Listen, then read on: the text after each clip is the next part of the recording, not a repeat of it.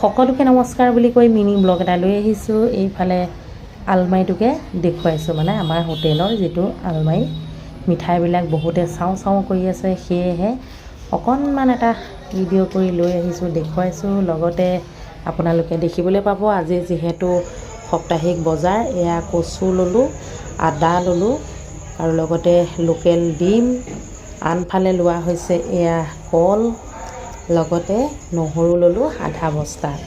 যিহেতু হোটেলত বহুত প্ৰয়োজন হয় নহৰু, কলডিলো ল'লোঁ, কোমোৰা কেইটামান ল'লোঁ, আনফালে এয়া ঢেকীয়া ল'লোঁ লোকেল বস্তু, আনফালে এয়া বন্ধাকবি কাটি মানে বনাবলৈ লৈছে আৰু এয়া বুট দালি কিবাকিবি এনেধৰণে তিয়াই থোৱা আছে।